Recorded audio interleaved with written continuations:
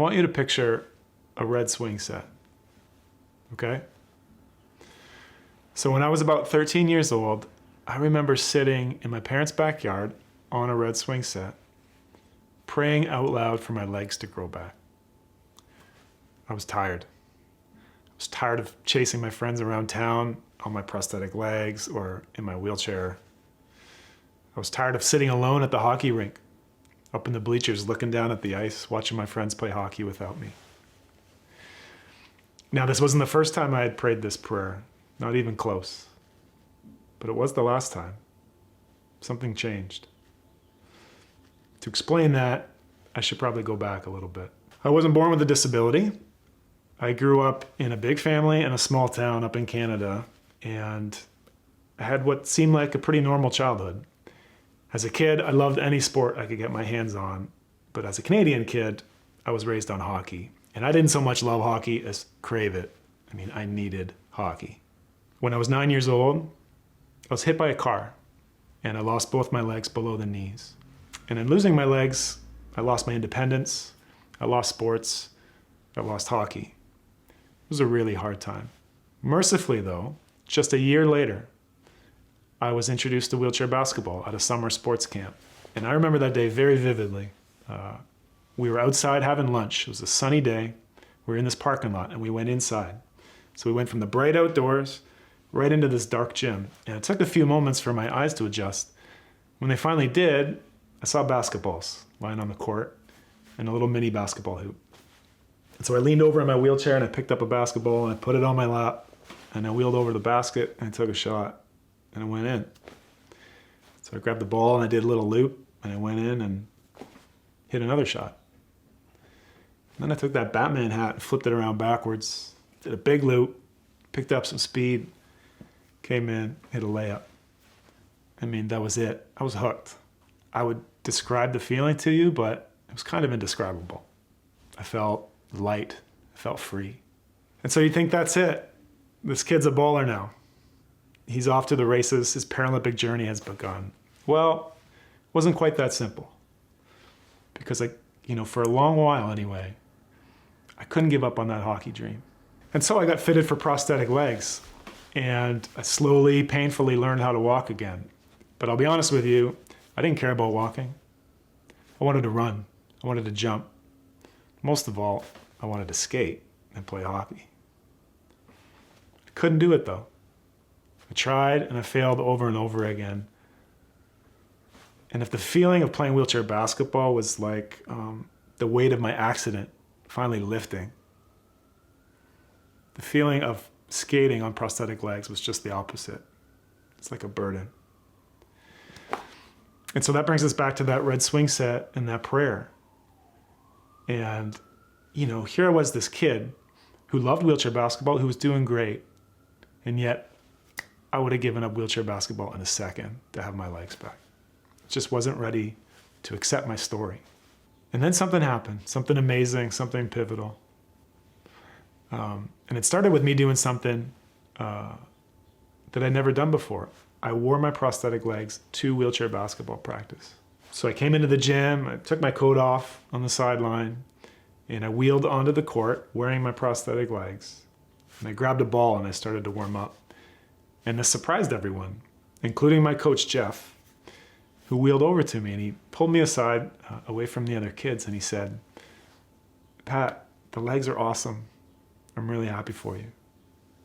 But listen, out here on the basketball court, those legs are only going to weigh you down. You have a gift. You have long arms and short legs. It's the perfect combination for wheelchair basketball. Long arms make you tall, short legs make you fast." And then he said, "It's your choice, of course. But if I were you, I'd lose the legs." And it was like scales fell from my eyes and I saw myself the way that Jeff saw me, the way that I really was. I wasn't an injured hockey player. I was a perfectly healthy wheelchair basketball player.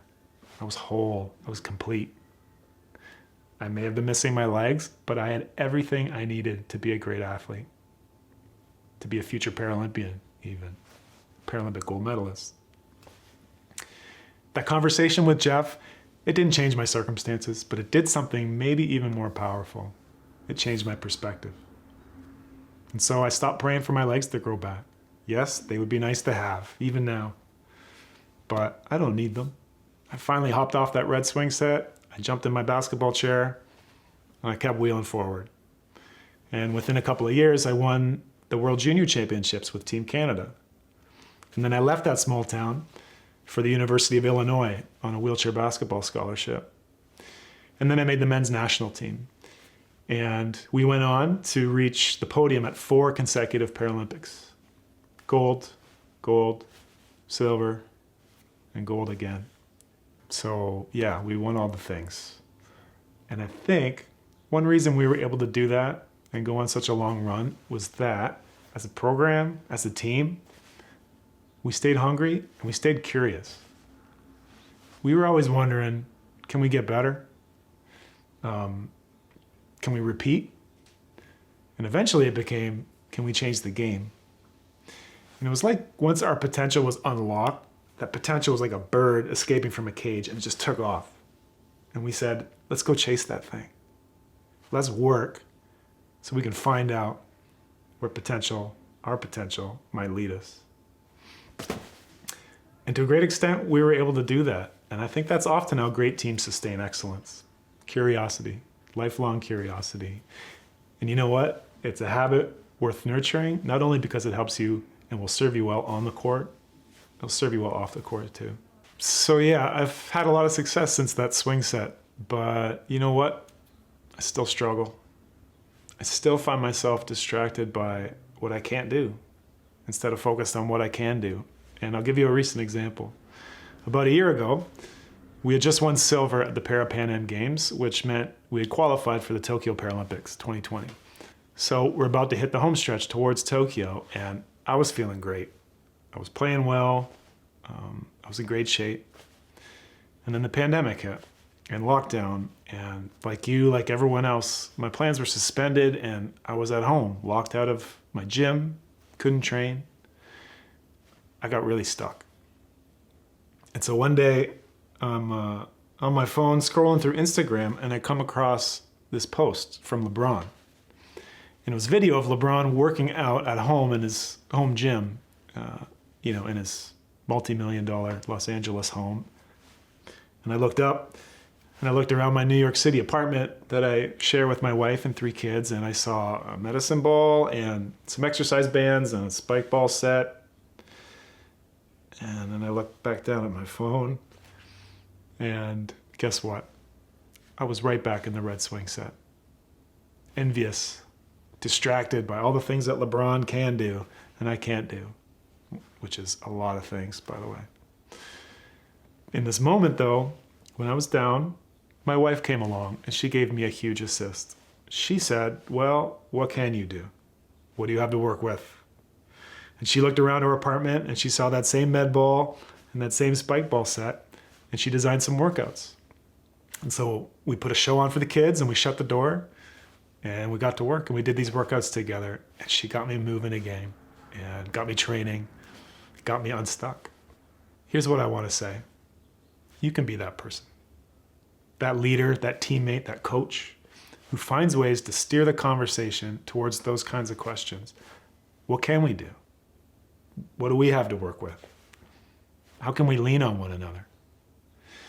Now, that doesn't mean we have to accept all of our circumstances.